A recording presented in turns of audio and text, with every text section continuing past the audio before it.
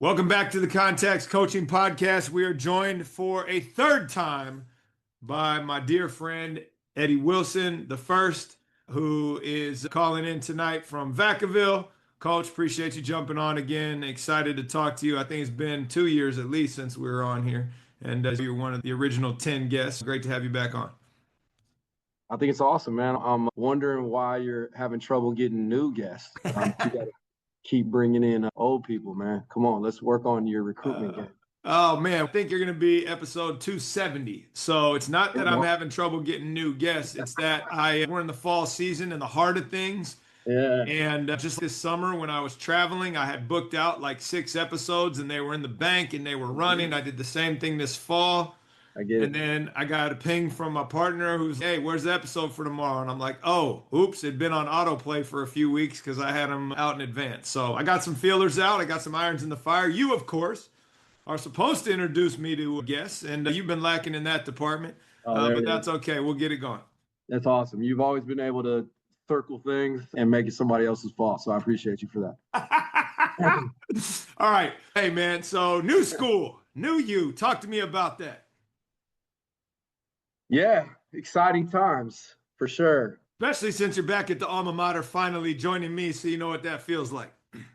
Yeah, it's been interesting. I don't know how you felt, but the place is completely different. Yeah, I've transitioned from the Fairfield-Suisun Unified School District, where I was at Fairfield High School for 24 years, and am now in my 25th year as an educator and involved in athletics. And I'm at Vanden High School, which is just down the road in Fairfield, where I graduated. I was in my intros for the beginning of the school year. I told everybody I went to school here in the 1900s, which was fun. But yeah, man, the place is different. It's double in population, it's double in size, and campus itself there's buildings that weren't here when I was here, and here we are. It's 2 months in, and still trying to figure out where the R building is and where do I get my mail, stuff like that. So there's been a lot on the curve for sure, the learning curve, and I'm happy. It's been refreshing for sure, and I'm trying to reestablish myself in a new community with new people, and it's been challenging. I've been working my tail off and just trying to find a way to have an impact. A couple questions for those that don't know. As a Vanden alum, you spent all those years at Fairfield down the street essentially, and your children still went to Vanden. So you are showing up at a place after your two kids went through the place, both pretty good athletes of their own accord. What's that been like? People asking you, oh, are you Ty and Avery's dad? Right? Versus, oh, you were here before as an athlete yourself. What's that been like going back to a place where your kids went through and have their own reputation, and now you're coming in and potentially sabotaging that? So, yeah, there's quite a few people on campus that were familiar with me, and then there's more people that are familiar with them. But in all realities, I don't talk too much about either of those eras. Who I was when I was a student here is entirely different than who I am now as an educator and an athletic administrator. And my kids are nothing like me. You're right about that. Their reputation is sound for sure, but it doesn't come up very often. I've had a couple conversations, and there's people obviously that make the connection, but it's not something that I'm talking about too much, honestly. For sure. And I'm imagining now that you're back at Fairfield, and correct me if I'm wrong, more of a traditional neighborhood school where Vanden is in Travis Unified is related to the Air Force Base, right? So you have more of a population that's coming and going to a certain degree based on their postings. But I'm curious how many children of your classmates or people that grew up in the neighborhood that you are now teaching, coaching at either place, and what's that been like? Because I'm now teaching, coaching, advising the children of people that I went to school with and that are now going to school with my youngest kid. And that's been quite an interesting path and journey as well. Yeah, there's definitely a lot of that. To your first point about the airbase, one of the first things that I learned here in my new tenure as a teacher and AD is the number of students, the population percentage is fewer than it used to be. So we're sitting at about 15 to 20% of kids that have ties to the airbase, Whereas when I was here, it was significantly higher. And now it is becoming more of a neighborhood school. We're on the border there between Fairfield and Vacaville. So we draw Fairfield kids, we draw Vacaville kids, and then we have the base kids as well. But to your second point there, yeah, it's back to school night was interesting because there was 4 or 5 different people where it was, hey, do you remember me? And we went to school together. And now some of those kids in my class, like you'd mentioned, it's been fun for sure. Love that for you. All right, now that we've grounded ourselves there, let's talk a little bit about what you have learned, not just coming back to Vanden. On the pod, a couple of times we've talked, it's like, what'd you realize you need to figure out right away, right? So you got 24 years in at another place. You had 10 plus as the athletic director there. And now you're coming in somewhere else and getting a peek behind the curtain and being asked to do certain things. And I'm sure there's, whoa, I never thought of that. And there's also, wait, objection, overruled. Talk a little bit about that transition and what you've realized at this new site that you need to figure out because it's different. And it's interesting that you mentioned that because I knew when the decision was made to make this move, I knew it was going to put me in a position that I hadn't been in for years. There's a couple of things that are different here. Number one is I don't know the people. When you and I had spoke, I know there was a time when we had talked about things that we thought ADs needed to do. And I think the first thing is you got to get to know the people because the reality of the job is, as we talk about athletic administration, it's about serving your people, serving your athletes and serving your coaches. So for me, the greatest challenge for me on the athletic standpoint is getting to know the people. So I've been trying to put in the time there to spend time events to acclimate myself with that crowd, whatever that crowd happens to be that night, but meeting athletes, meeting parents. And then obviously the big one is getting myself in with the coaching staff. When you look at where I was versus where I am, relationships are the big difference. I had tremendous intimate relationships with people at my prior place because they were people that I had hired and people that I'd spent years mentoring and working through professional development activities, and then all of the things that come up while we're on campus. And so now it's trying to reestablish or establish those relationships with a new group of people who are aware of me but don't know me, and I'm aware of them but don't know them very well. So that's been the greatest challenge. And the thing that's honestly most exciting too is putting myself out there and trying to see what people need and what capacity they need it and how I can help to benefit them.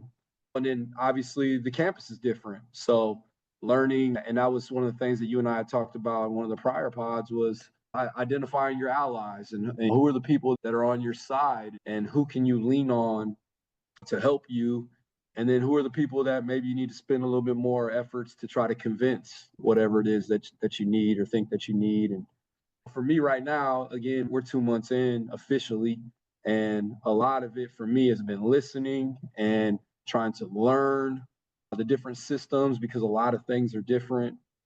And then, like I said, just trying to figure out how I can fit in with those things. And then in terms of objections, there's some things that I've observed that I think could be changed. And there's some things I've suggested at this point, and there's some proposals that I've made, and some of them have been accepted and some of them haven't been. And so right now I'm just staying is in a position where I can learn and then slowly offer. Yeah, and I got to imagine that's exciting and hard as you've named it, because as you walk around your old job, everybody knows who you are. You walk around your new job, it's like back when we were at El Camino and they were like checking us in the hallway, like, why are you in the hallway? You're supposed to be in class. It's like, oh, I teach here. And so ultimately, it's like, how are you navigating that piece in regards to remembering everybody, in regards to figuring out, okay, I need to see X in order to get Y, where you had all that hacked at the old place, you pick up the phone, you get things done, and now it's, wait a sec, I got to go through this checklist now to figure out where I got to go through. What advice do you have for somebody landing in that new place? And it's, okay, Rich said it, right? There's important and there's urgent. What's urgent that you want to get your systems in place right away? And what's important that's like on your list for maybe next year, because your situation is unique in that you're sharing right now. You're not coming in having to do everything, but talk a little bit about that and what you can offer others. I think my greatest advice for anybody that's in any new position is you got to learn the lay of the land, right? So for me, it just being as observant as I can be. I've been taking a lot of notes and I've been asking a lot of questions. And some of the questions lead to other questions, which lead to other questions, which may lead to, had you ever thought about this? That's where I'm able to start interjecting sometimes. But for right now, the big thing for me has just been asking questions to find out who do I need to go to for this. And my conversations with coaches have been talk to me a little bit about the department. What are some of the things that you appreciate? What are some of the things that you think that you would like to see improved? And then it's just taking those notes and trying to find if there's commonalities between programs. And if everybody's mentioning the same thing, then that's something that now I'm going to take to the next level. For me right now, honestly, I am in a situation where I'm working with somebody who's been established on campus, he's in his 4th year as an AD. So I have triple the experience as an administrator, but he's dialed in right now here. And so he and I are meeting a lot behind the scenes, after events, before events, at lunch, and in the morning. And we're talking and we're texting, and it's, hey, I really like that you do this. Had you ever thought about this? So I'm not above that. Again, I've been doing it for a long time, but I've never felt like I was necessarily doing it the right way. Yeah. I think when we talk about athletics and athletic administration too, there's a lot to be learned from other people at other places. And I've always made myself vulnerable in that sense. What are you doing that works? Yep. And so I've spent a lot of time just listening and trying to absorb. And I've got a document that I've created here's the things that I think maybe we need to talk about when we get into the next season. When we get into the winter, here's some stuff I'd like to talk about for the fall, for next year. Yep. Here's some things maybe as we approach summertime that maybe we need to consider. Yep. And again, with regards to your question about urgency, there's been some things that immediately hey, we need to fix this. And there's some other things that I've completely 180'd on that I had done forever that I'm going, wow, that was way better over here. Yeah. So I want to dig into that actually, because that was going to be my follow-up, which is what are some of the things that you were like, oh, wow, I wish I'd have known about this over there. But give me some of the things that you had to drill down on and say, we got to fix this now, especially considering some of the liability conversations you and I have had over the last couple of years, but also into some of the things where you're like, wow, this is really good. I wish I had known about this before. I think with regards to, you had just mentioned the liabilities that we were talking about off the air.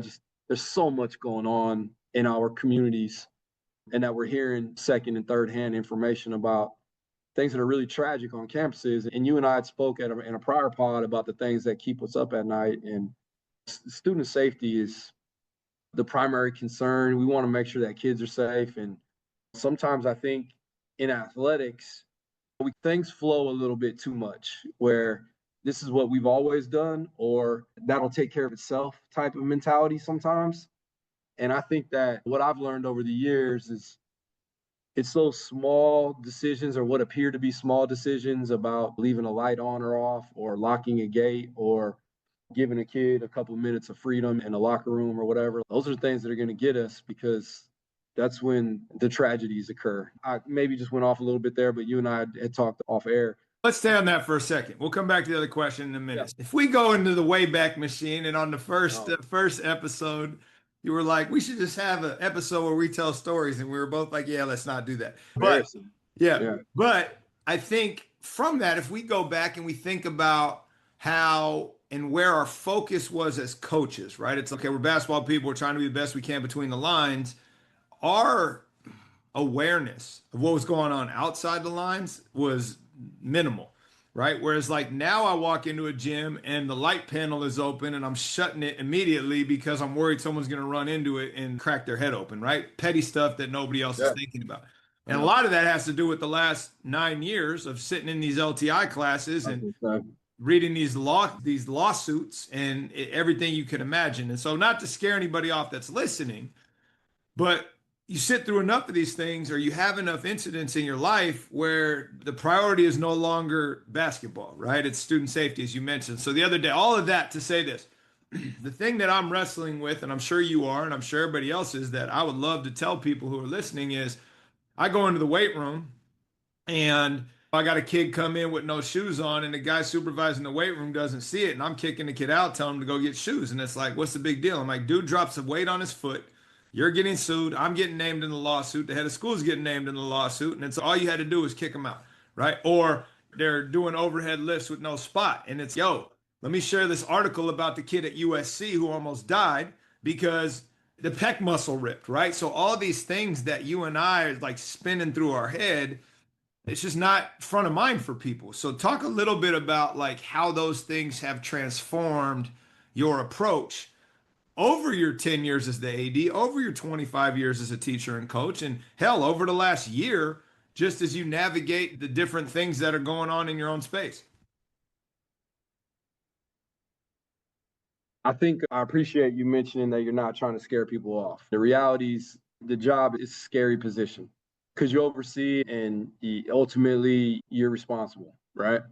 And so when we talk about coaches, I think coaches, and I can relate obviously with 30 plus years as a head coach, we get so caught up in our sport and our preparations for our sport, right? And how much film we watch and how much time we put into practice plans, et cetera.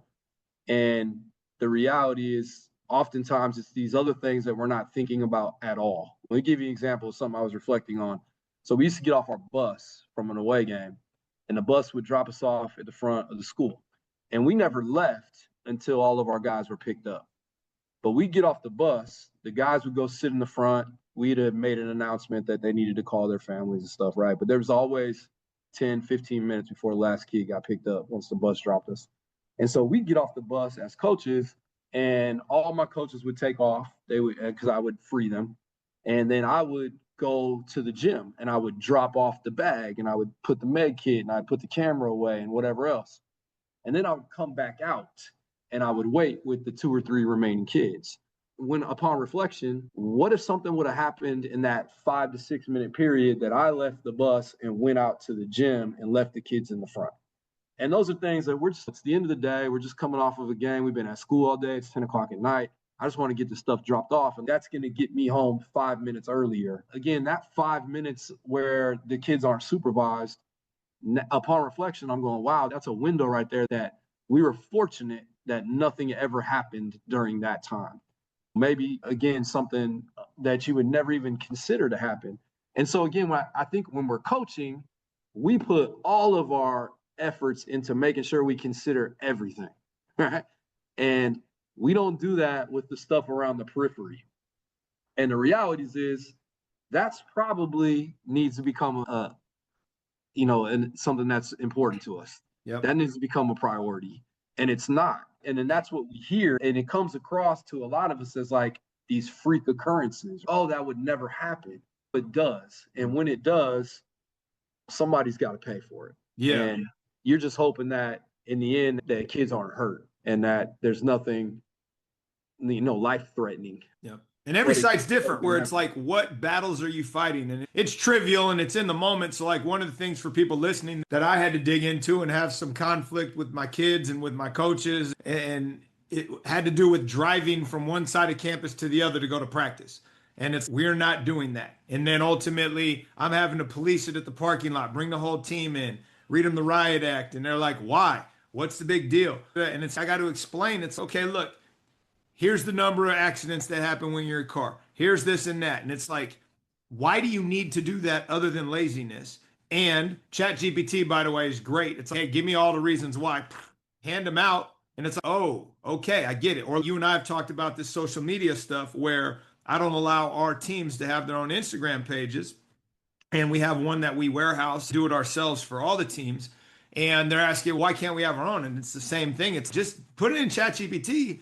And it's like, how are you hitting away from trouble? Where I didn't even realize as the guy that runs our athletic one, that ultimately anything that's on there can now come back on like our director of communications who has nothing to do with the page. And I'm not even thinking about the way, let alone the kids thinking about how all of this reflects on the school and themselves. So it's like petty stuff, but it's where the biggest landmines might be because you're not thinking that it's important.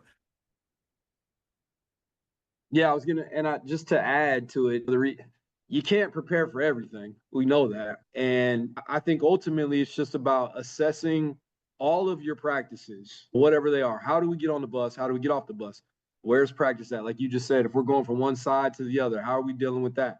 How are we dealing with the locker rooms? How are we dealing with study halls? How are we like in taking the time to really think about it? And it seems exhausting because the realities are I'm not going to be able to address every situation, right? But we need to at least think ahead enough to imagine the different possibilities and then do what we can to address them.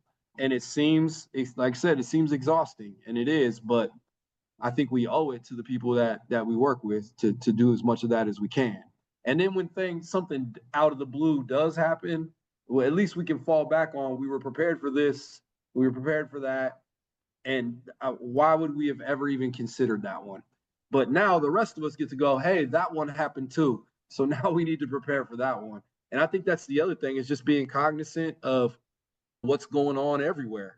And you read about this or that happening in the locker room. Okay, I need to address that. You read about this or that happening on the bus. I need to address that. And so staying aware and then doing the best you can to communicate those things. We heard about something locally and immediately it was, hey, we need to reach out to our coaches and make sure that they're aware of this and that they have a plan in place. No doubt. Just to put a pin in this part of the deal is I'm talking to my dean of students the other day, and we were talking about some pieces of liability and exposure, and he was talking about how part of the reason he's so vigilant as a longtime boarding school guy is that you have these incidents that have happened in the past, and if you're not preparing for it, when that case goes before the arbitrator, it's like you better have the stuff that's we did all of these things preventatively, and there's nothing else you could have done. You can't control obviously what happened in that situation, but when you have all your ducks in a row, it definitely helps you when push comes to shove. And so, again, to your point, to close the loop on this, it's like you hear about things, you talk to your colleagues, this happened over here, this happened over here. Take notes and then reapply it to where you're at. And how are you doing an after action report on your own situation based on something that happened elsewhere? Absolutely. And then fingers crossed, right? And just hope and pray it doesn't happen to you. Statistically, they're saying it's going to. Something's going to come across your front door. And are you prepared for it? Or have you done the best that you can to prepare for what you can prepare for? I think is key. No doubt. So go back to this. You showed up at Vanden and you noticed a few things, and you don't have to throw anything under the bus, but if there's specific areas that you can offer to others, hey, look under the carpet over here if you haven't already done so. And then the other things that I'm really interested in, Ed, especially as a guy that was a one-man show for the most part at your old school for 10, 12 years, and you were the expert in the room. What are you now looking at going, oh, wow, that's really good. I like that. Yeah. So first off, in terms of the things hiding in the closet or whatever, it hasn't been anything major. A lot of it's procedural. It's release notices. Like, how are we getting kids out of class? So, hey, I see how we're doing it here. I think this is a little bit sloppy. Maybe consider this. So it's been a lot of that kind of stuff, just simple procedural, and then how we interact and communicate with our coaches and things of the sort. So nothing major from that standpoint. But to your second question, and this is something that I was terrified about, to be honest with you, and I'm a little bit brash at times. And to your point, I was in a situation where I ran the department. Admin was not particularly involved, and so I didn't have to bounce things off people. And part of that was because you'd earned that social capital where you were the trusted voice. And there had been quite a bit of turnover too. It was either learn from me or just stay out of the way. And I say that, and looking back upon it, it's not something that necessarily that I think was good for anybody. And so now coming over here, you've got somebody who's been doing the job for a couple of years competently, I might add, really good at it. And there's an admin team that's been in place for several years, and the principal has her thumb on everything, which is completely different than anything I've dealt with.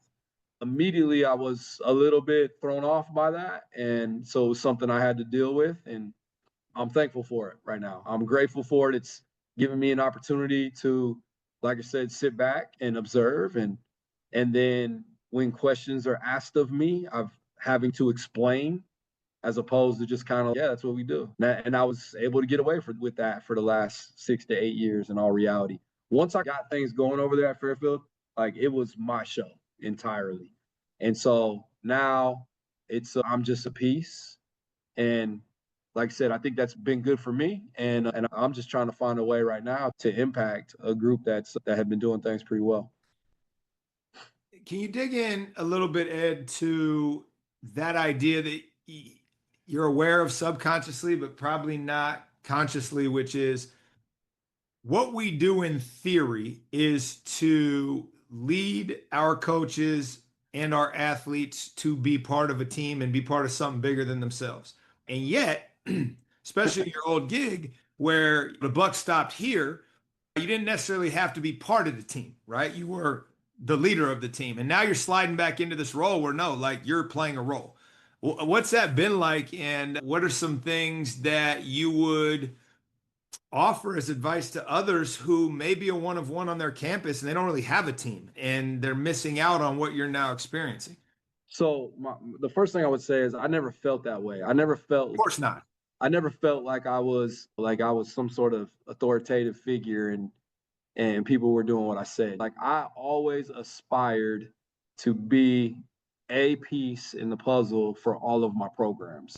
So to me, 1,000%. And I'm going to push back because given the role that you played and the turnover that you had above, at the yeah, end of the day, you found yourself in that situation a lot as the decision maker and not a recommending body like you are right now.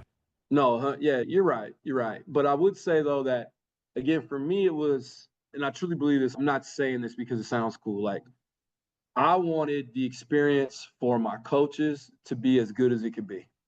And so I was always trying to find ways to help my coaches do a better job. So whatever each individual coach needed, I was trying to find out what that was, and I was trying to serve him or her. And if it was guidance, then I wanted to give them that. If they needed help with fundraising, then I wanted to do that. If they needed me to stay out of the way, I wanted to do that. It was about getting to know them and what their areas of strength were and what their areas of weaknesses, and then targeting improvement. And I always felt like I was a piece of the team. To your point, though, now as I come over here and I'm an outsider in all realities. Yeah, I went to school here and yeah, I've got this title, right? But I'm still an outsider.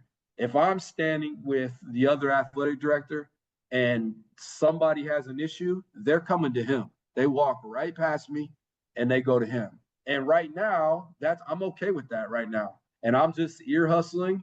And then as soon as they walk away, I'm asking, how can I help? And I think the things that we're trying to teach our kids about being a team player, as the guy on campus at my last stop, I was still trying to be a team player. I was exhibiting those traits. And now over here, where I'm not maybe as important as I was over there, I'm still trying to do that. Ultimately, it's what can I do to help you be better? What can I do to make the group better?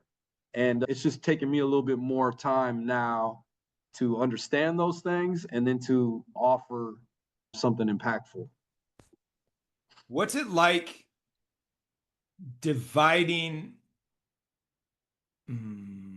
labor, let's say, right? Because I was the AD, and now I Yeah. share that role with somebody else who, as you said, is highly competent, good at what they do. And you've described it to me in a couple of our conversations, but I'd love to know how a dual AD type setup works now that you're behind the curtain. I've got friends that do it at other places and Yeah. they describe it, and I'm just like, how do you even do that? And like Ilani in Hawaii has four ADs and they Yeah. split it up. And so I'm curious, like, what that's, especially coming from where you were. So we haven't got to a point yet. It's evolving, and I think it's evolving organically. It's just happening. We had to sit down at the beginning of the year, and it was he was going to take care of X, Y, and Z, and here's where I could be helpful with whatever these particular things were. And it's evolved where I'm doing maybe a little bit more than the admin team had expected early, but in all reality, for me, it's what I thought would happen. It's just not me, and I'm a workaholic, and I love what I do, and I'm extremely passionate about it. And so I want to contribute. And so for me, there were, and I don't think we need to get into necessarily the specifics of it, but there were a couple of things that I was assigned to, some periphery things, and trying to improve the student athlete experience. Was they all fell under that umbrella.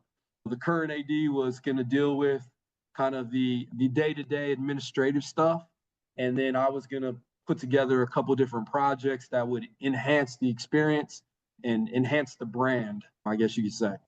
And so I've been trying to deal with those on top of, hey, how can I help? And, I want to be at events right now. So that was one of the things, was like, hey, you don't feel like you have to be at all the events. If I'm going to be an athletic director, I'm going to be at all the events, because that's what athletic directors do. And we talked about this years ago when I first got here, that's how you get social capital with the kids. You got to be present. You got to show up. And I remember being the activities director, and I was like coaching cross country and helping with hoop. And it was my first season on campus, and I'm driving 2 hours away to a football game to stand on the sideline just to interact with the kids, because ultimately you need to show up so that they know that you're there. And that's something, again, as we remind some of our colleagues that have been doing this for a long time, or we are giving advice to newer colleagues, it's like the more you show up, the easier your job is.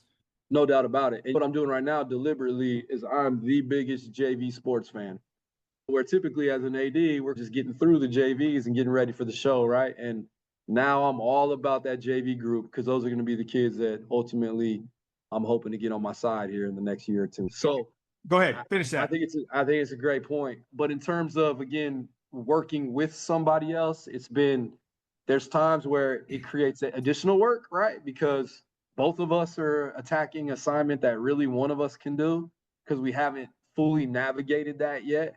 But at the same time, it's been awesome just to have somebody, and I know you can relate to this, because we call each other, and we call Timmy over at wherever, and we call Omar at wherever. And now I have somebody on site that we're bouncing ideas off of each other, and we're getting to do a little bit more too. As an AD, and this was something that I always fought, was I always wanted to do something else. And it was, where do I fit the time in? How do I do that one thing that I want to add? And ultimately, when we add something, we're now not doing something else, right? Because there's only so many minutes in the day. And so now we've got that opportunity where it's, yeah, you're stuck with this and that, but I've got a little bit of time right now. So ultimately, I think we'll narrow it down more where there's specific assignments, and maybe it's certain programs that we oversee. And I've had some conversations with some people who share the job to figure out how they go about making sure that they eliminate redundancy and they're as efficient as they can be. And that's something we got to work on. But it's been awesome for sure. So I'm curious about, if you were to go back now, right, with what you've learned, and think about the staff you had, because you did have some help. It wasn't like an AD per se, right? Or even if we go back to El Camino, and Baxter had help, and we all have some tertiary pieces that show up from a time standpoint, be it TAs, be it assistants in the office, whatever it is. Now, given what you learned, how do you think you would go back to those sites and actually, and this is going to sound really bad, but offload some of the stuff, not to get it off your plate, but because those other people might be better at it than you? That, and eliminating some tasks allows you to do the other ones better, in theory. Yeah, I think that there's definitely some things, and I don't know specifically, because that would be something we'd have to look at, who the help is and what the help's willing to do. But I'll give you an example right now. So like, ultimately, to your point, some of the day-to-day logistical administrative things that are now popping up, trying to make our lives easier, you say like digital ticketing. Yeah. Okay. So ultimately, year one, when I brought that on, it was, okay, how are we going to navigate this? And one of my assistants was coming into the job new, and it was like, cool, this is going to be part of your responsibility. This is you become the expert at this. I don't want to figure it out. Show me, so in case like something happens, I can do it. But like, that all is now, Aubrey does that, all right? Or transfers. Jordan does all that stuff. And like, I weigh in on the big ones where I got to do something specific with the section commissioner. But it's to your point, it's like, he is an expert in that now. And ultimately, so is she in this other area, where, to your point, I get to deal a little bit more with some of the strategic things rather than my time being soaked up or taken from some of the minutia.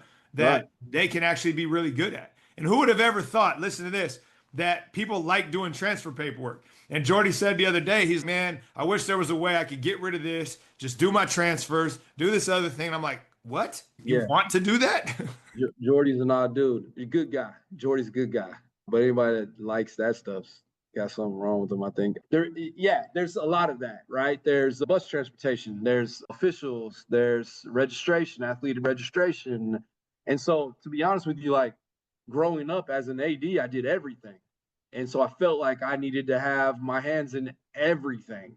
And so now, even as the years went along over there at the prior stop, started to find ways to, with like social media and stuff, like I had a sports leadership class. They were helping me with some of that stuff, promotions and fundraising and things of the sort. So I do think there are tasks that you can offload for sure. Again, I just immediately I would question, who are your people? What are they good at? Who can you trust? And if you have a team, whether it's secretarial staff that can help in some regards, I had secretarial staff offered to me at Fairfield, and I didn't let them because I felt like I needed to have my hands on everything. And if we were going to miss a kid's eligibility status, or we were going to have a kid out there that wasn't supposed to be, like, I needed that to be me, not somebody else, and then I take the fall for it. So now I think as I've matured a little bit and trust people a little bit more, I definitely think there are different aspects of the job that can be handed off so that then you can, like you said, focus on some of those other tasks that can't be, that you're not giving your full efforts to because you get caught up in the minutia. And I would say this, and we'll put a pin in this as well. We all have different strengths and abilities to be efficient in different areas, right? And so there are things that I can do in the blink of an eye that I don't need to hand off to somebody else because I can just get it off the list. And then there are others where it's just going to take longer and my bandwidth needs to be other places. And so how do you do inventory, right, of your position description, of your task list, and go, okay, how do I break this up so that we can operate at max efficiency for what you said, student athlete experience? Yeah, no, I think that's great. And that's something that we had started to move towards. And my prior stop that we'll be dealing with here is we created essentially a template of everything that we did. And then so from there, we tried to find the things that had to stay in my column, and then the things that maybe could go over to another column for somebody else. And so I think that would be your first step if you're asking for advice on how to handle that. What are the everything I had on there? Booster club meetings, supervision of games, all the way to, like I said, assigning or getting bus transportation and getting officials, whatever. So you had everything. Who's checking GPAs? Who's going to go to the leadership meetings? Who's going to go to site council meetings? Put it all in there. And then what can somebody else do? And then here's the big challenge, I think, and this is where I struggled, is I felt like it was easier for me to do it than to teach somebody else how to do it. Like I couldn't carve out that 1 hour, that one day. I couldn't sit down. I didn't feel like I could, right? And so instead, I would do the 90 hours worth of work, right? Because that one day I couldn't carve out the 1 hour. So I think that's where putting together like I said, a list and then a plan of, okay, we're going to use this dead period in July, for example. We've got 2 weeks and I'm going to get the secretarial staff that's going to be able to help me and the associate or the assistant AD who's going to work for half a stipend. And like they can do these couple things. And on this day, I'm going to teach her how to check grades. I'm going to teach her or him how to go enter a request for a bus. So I think that's, when you think about it, it's truly ignorant, right? Like stupid to really consider the amount of time it would have taken to teach as opposed to do it yourself. And you can carve out the hour to save the 90. That's just good math. Yeah, no doubt. And I don't say been doing that more often, but as my team has been together for longer, it's anytime it's like, why don't you just do this? I'm like, give a man a fish, teach a man to fish. It's ultimately, you're not just helping yourself, right? You're helping them understand how to stretch themselves, how to grow into potentially different opportunities. I'll often grab Jordan because shares the office. There's a little cutout and it's like, yo, come here. I'm going to show you how to do this in case I drop dead tomorrow. And it's just Yeah. like hedging your bets to make sure things go on without you half the time, because ultimately that's like level 5 leadership is you can step away and there's no drop off. And how are we training ourselves to better assist? You want your coaches to be the best that they can be, right? How are we helping them take on some of this stuff while we're helping, but also so that they can survive without us, so to speak? But that's a great point. All right, let me ask this. New coaches. So what have you learned watching these women and men coaches at your new site that you really like, that you'd like to offer up to other people? If, again, you go back in time or you call me, you're like, hey, Klein, look, this is my football coach. This is one of the things he does. I really think you should think about it. Man, that's a good question. I've been fortunate, I think, in that a lot of the coaches that I've been around have been people that grew up around me. And that was one of the things that I took a lot of pride in my last couple of years over there was I put together a staff of people that I felt had been coached well. And now as I look at a group of people that I don't particularly know, it's been enlightening, like I said, and refreshing to see things done in different ways.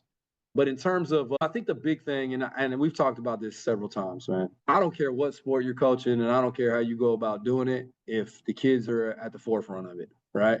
And so, are we utilizing the time and putting the kids in the best opportunities for them to have maximum improvement? I think that's what it's really about.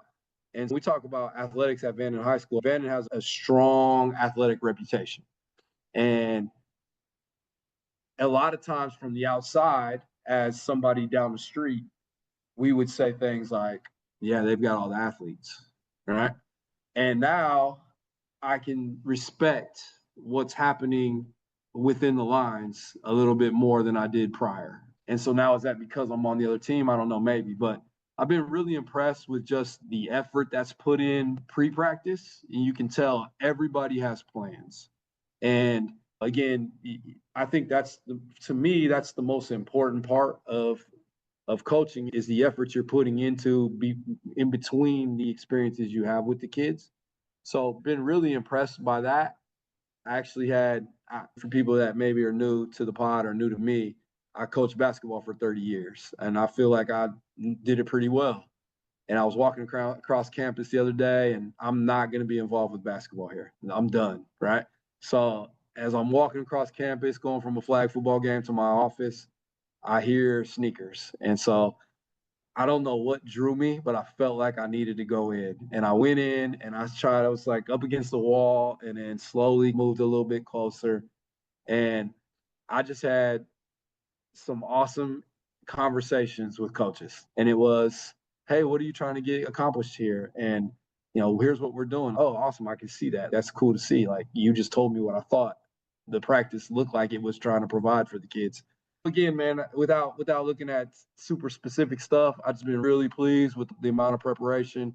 And that's the big thing for me with coaches. And that's something we try to look at all the time from a professional development standpoint is, are you doing enough to give the kids opportunities to improve? Yeah, no, that's a great story, number one, because there's no way you're staying out of there.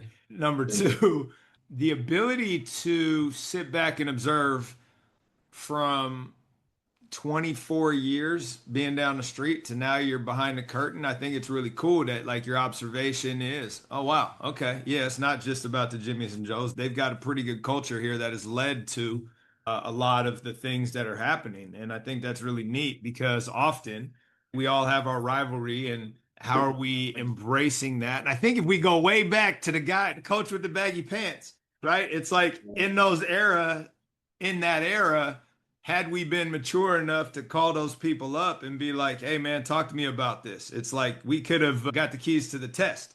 How would you advise some of our colleagues, knowing what we know and what we've learned through not necessarily being mature or humble or Yeah. curious enough to ask those questions of the people that maybe we had the biggest beef with because shit, we were constantly running into them? Yeah. So the first thing I And would only a say, handful of us will get the coach with the baggy pants reference. yeah, that was a long time ago. The first thing I would say is that, and I think we all know this, but experience is the greatest teacher, right? And so to expect people to be entirely humble and vulnerable and able to go have those types of conversations, the ones you're suggesting, I think is would be unique, right? But with that said, life would have been a whole lot easier for me and for most people I know if instead of talking so much, I listened more. And I think I learned a lot from coaches, and I studied coaches a lot, right? But the reality, and you and I have talked about this before, is nothing has taught me to coach better than parenting. And it's not like I'm going to suggest that everybody go have some kids so that they be better coaches, right? Because the kids mess some stuff up too. But learning to communicate with my kids was the greatest teacher for me. Back to your question though, I think in a utopian society, right? Like we would all be able to get our butts kicked and then turn around and go talk to a guy and say, "Hey, how did you do that?" And what? But our egos get in the way, and that's something I think that we could control a little bit better, right? And so I think maybe it's not that extreme, but there should be no reason. And in my experiences, I haven't had people that I've called not talk to me. So when I've been able to make the call to ask for advice or to talk X's and O's, even like everybody has talked to me, even people who were our greatest rivals. I will say this though, that my very first year coaching, besides some of the people within my coaching family, probably my greatest mentor was the coach at the rival school. And he never talked to me about the sport itself, but he was great in terms of talking to me about all the administrative stuff on the side. He was extremely complimentary of everything that we were trying to do, and we weren't good at it the first couple of years, but he was complimentary. He continued to motivate me, and that was a guy who ultimately was going to lose because I was going to pass him, and then my program was going to rise and his was going to fall as a result, and that's what happened. But he was extremely influential in my career. So I do think young coaches need to find a way to reach out to coaches. And the other thing that you and I have talked a ton about is basketball coaches got to talk to football coaches, and they have to go talk to water polo coaches, and they need to talk to soccer coaches. And we get stuck in learning our sport. And I know that was something that when I was a young coach, I was so motivated to learn my sport. I was going to college practices. I was working the circuits. I was going to clinics. I was watching videos, and all of it was basketball. And the reality is there's only so much basketball that matters, right? But your ability to motivate a kid, your ability to implement specific strategies, like you can learn that you can be a basketball coach and learn that from a water polo coach. And so that would be one thing I would immediately suggest. Ask questions and get out of your sport. And I would actually piggyback on top of all that, double down on everything you just said. And I don't know if you remember when we lost to Kennedy that first year at the buzzer, and I went over to Ron McKenna afterwards, and it was like, yo, man, how do you get them to do X? And I got no problem telling kids who can and can't shoot the ball. And we were young, and we don't want to crush confidence or whatever. And that conversation was the impetus for how much I like bang on role definition and being clear with kids and not putting them in a box, but putting them in a box for their own ability to be great at something. And it was like, we got our butt kicked. I went over there after the game. I'm like, Coach, can you please tell me how to do this? And I challenge all of us to do that the next time we're coaching a game and it goes sideways. Grab that guy afterwards and be like, hey, can I talk to you a little bit about this? Because to your point, it's not easy to do that, but that's where you can learn the most. And like I said, everybody that I've experienced is willing to share. And it's like we don't want to ask for help because then we look weak. And that vulnerability comes with maturity, though. And some of us take a little bit longer to mature than others. I'll tell you what, and you'll laugh at me because we're wired the same way. I can't tell you the number of times now that I have gone down to my head of school, my principal's office, and closed the door, and I'm like, I need you to coach me on how to do this. Because if I do it my way, I'm not going to be working here anymore. Yeah. No, we're not wired the same way. You have always been able to go have those types of conversations. You've always extended yourself beyond your circle, and I haven't. So let's be honest there. And that's still something that's difficult for me. And so consciously, I have to coach myself to do that, to be willing to do that. And life has humbled me a lot of different ways at a lot of different times. And I think your point and what you're trying to get at is ultimately that we need to accept that we don't know everything and that other people can help us, even people that maybe aren't supposed to. But just basic humanity, most people are going to take care of you when you need help. And I even say this because this is not something we do as well. So at my school, me and the other middle managers, let's call us, so the dean of students, the academic dean, the co-curricular dean, whoever it happens to be, but those of us that aren't necessarily teaching a ton of classes and we're overseeing program, the faculty, this is mind blowing, by the way, the faculty get survey links to fill out about us and like their interactions with us and how what they can recommend to help us be better at our job. And then we go sit down and my boss knows me really well. She's here's the AI summary of all of the comments. And I look at them and it's like, yeah, and you know me, I'm really good at getting feedback and trying to act on it. And this is dumb, but okay, yes. And then and here are all the comments because I know you're gonna want these as well, so that you could actually like try to figure out how to be better at it. And if you want a real check on how you could use those around you to give 365-degree feedback or 360-degree feedback, excuse me, my math's not great. The things that come out of there sometimes feel like paper cuts, but there was one of the things that ultimately she shared with me, and it was like, look, I need more specifics to understand what I did here, and I know I'm not going to get them, but like, how would you coach me on, to the extent we have this information, to not have somebody feel this way? And it's like you're able to have that dialogue back and forth in regards to, I don't know the exact situation, but thematically, Clamo, when somebody writes you an email and they want to meet, and you write back to them, my calendar is up to date, you are putting the burden back on them to now follow through. What would it look like if you phrase that differently? And it's, oh, I never thought of it that way because communication and efficiency are my pet peeves, and I don't want to waste time going back and forth. Let's just get it on the books. But I've never thought about how does that land for somebody else. Time out. You've never thought about it, or you never cared? No, I've never thought about how me saying, because I've sent it to you.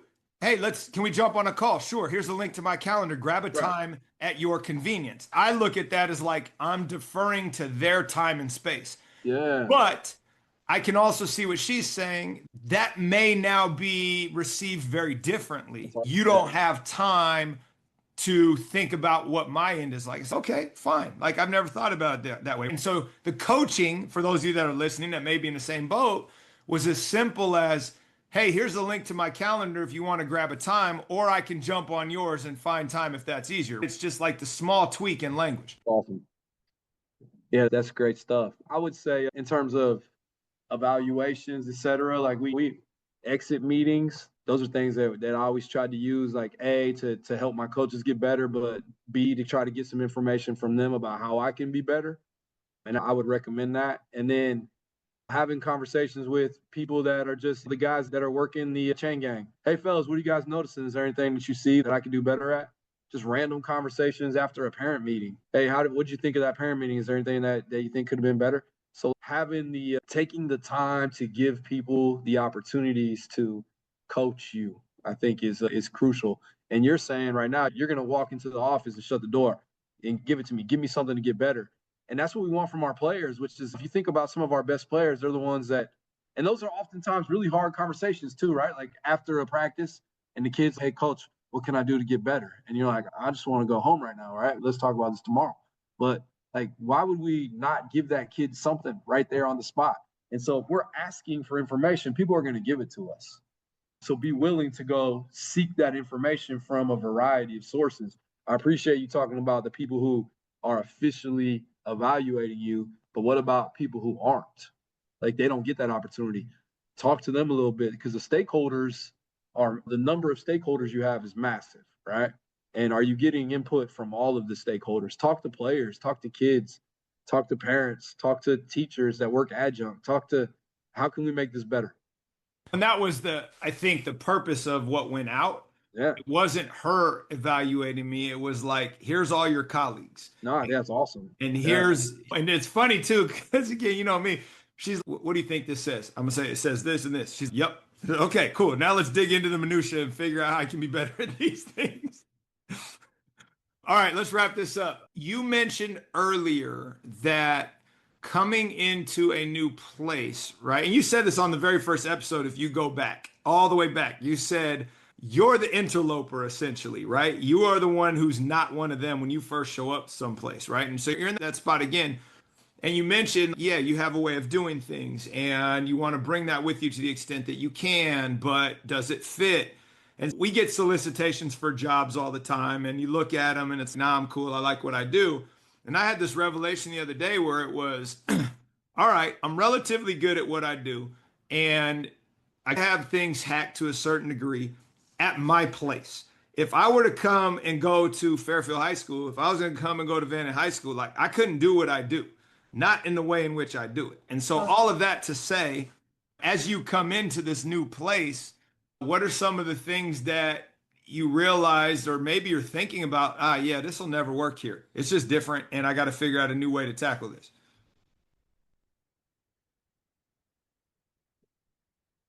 I don't know that I've thought that, to be honest with you. I think I acknowledged coming in that things were going to be different. Now, I didn't know what things and I didn't know to what extent, but I think philosophically at my core, it's going to be the same because it's going to be about service. It's going to be about service to people, right? And so that is not going to change. How I serve might change, and when and where I serve might change. And so I would say this, and I don't know if this is necessarily answering your question, but it's something that I want to say. I didn't think I was ever going to leave where I was. And I had opportunities in different capacities that I never even really considered because I thought where I wanted to be. And then ultimately, some things happened and it was time for me to go. And now my greatest concern was that I wouldn't be able to acclimate myself and I wouldn't be able to do what I had always done. And now as I'm trying to acclimate myself in a new spot, I don't really care about doing what I had done before. I care about doing what I need to do here to have the greatest impact. And so I think where I'm at right now is a great place and I'm very happy. And what I'm looking at each day is what can I do to help the people here be the best they can be? And so that's the same that it's always been for me. Just the manners in which I get that accomplished, I'm still trying to figure out. And it's going to take me some time. Yep. And that was what I was getting at. So the best example I would give you is part of what I think I have been able to find success in at a smaller school is I know everybody, right? I can sit down and talk to a kid at the water polo game about some things that go well beyond like a casual relationship. Right. Getting a text at 6:30 a.m. from the mom that's like, yo, please give me a call. We need to chat. Where it's like the accessibility and the comfort level and the knowledge, right? How many kids are at Vanden? 1,600. Right. That's 1,000 more. And ultimately it's like the bandwidth that I have here to navigate 83% of 500 athletes, I couldn't do there. Right. And so ultimately, to your point, how are you figuring out a different strategy to continue doing what you're doing when the deck is different? And that's all it really was. Is I don't know how I would go back to El Camino and serve in the same way that I do here. I'd have to figure it out differently because just the numbers are so different, right? You wouldn't serve in the same way, but you would still serve. And I know that, and you know that, right? So again, the premise of the question is how are you doing things differently? And I think right now, again, as I've alluded to, it's a learning process for me right now. And then it's just creating relationships and earning that capital that you had mentioned prior, and then creating strategies. And so I'm in that developmental phase right now, and I'm okay with that. And just sitting back. And again, whatever I can help with, I'm helping with. And then just trying to stack the deck a little bit more for me to be more influential as time passes. Yep. And I lied. I got two more questions that are really one. Fine. So I think part of where you've been able to find success over the years, and me piggybacking on that, is because you're working in an area, in a school, in an environment where you're a local, right? You grew up there, your relationships and your network is expansive. If something happens, you got people to reach out to, right? Same here. I'm a local. I grew up. Everybody in this area knows everybody, 6 degrees of separation, where it's, if I got dropped into LA, I don't have the same network. How am I finding coaches? How am I doing these other things? That's a very different scenario than being able to call Johnny down the street who knows Billy, who can get you in touch with Michael, who you need to get to come coach. And so that's one thing that I think, be aware of your environment and how to pick up and grow that network locally, because it's super important. And the other thing, this is more of a funny question. During your brief stop at another location, what did you learn working with a different age group of kids that has come with you to being back with the high school kids? I had a feeling you were going to find a way to go there. Man, just I think I learned, and so spent a little bit of time with some middle school kids, and it was nothing that I ever envisioned doing. And so kids are kids. I think that's the first thing I learned. And you set expectations, and they're going to try to find a way to meet them for the most part. But I learned to appreciate the high school kids. How about that? Is that Translation? We all have our vocation and calling, and it is different for every one of us. And I am called to work with 9th through 12th graders. Well done. Appreciate the translation. That's me too. I enjoy being around the middle school kids casually. They didn't like me, and I didn't particularly like them. But in the end, there was some sweet kids too. So. Oh, that's awesome. All right, Coach, man, I appreciate you as always. Can I ask you a question before we finish? Oh, please. I got all night. Go ahead. Let's go. Yeah. Are you outside right now? Why do you have that jacket on? So it rained today. Or excuse me, I lied. It rained pretty heavily last night after being pretty decent weather. And for those of you that are not aware, I live on the Monterey Peninsula. It's about 65 degrees year round. And it poured rain yesterday and it got cold, which for us is probably, I don't know, 50. And then today I was out watching water polo right before I came in, and it was a little bit chilly. So I kept this on and I didn't really dress up for the pod. But this is my pickup from the trip to Australia, bargain bin in Melbourne. And I saw it in the closet this morning and grabbed it. It's a good looking jacket for sure.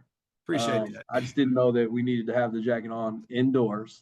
I felt like there was a room, that you were in a room, but I was concerned maybe you weren't. That, the pod, you'd mentioned losing sponsorship, so I didn't know if they kicked you outside and you're working off somebody's hot spot. Oh man, I was ready for the real question. Oh man, I think I filled you up with enough questions the last couple of months, man. Oh, that's funny. All right, brother. I will see you shortly, hopefully sooner than later. Yep. All right, man. Take care.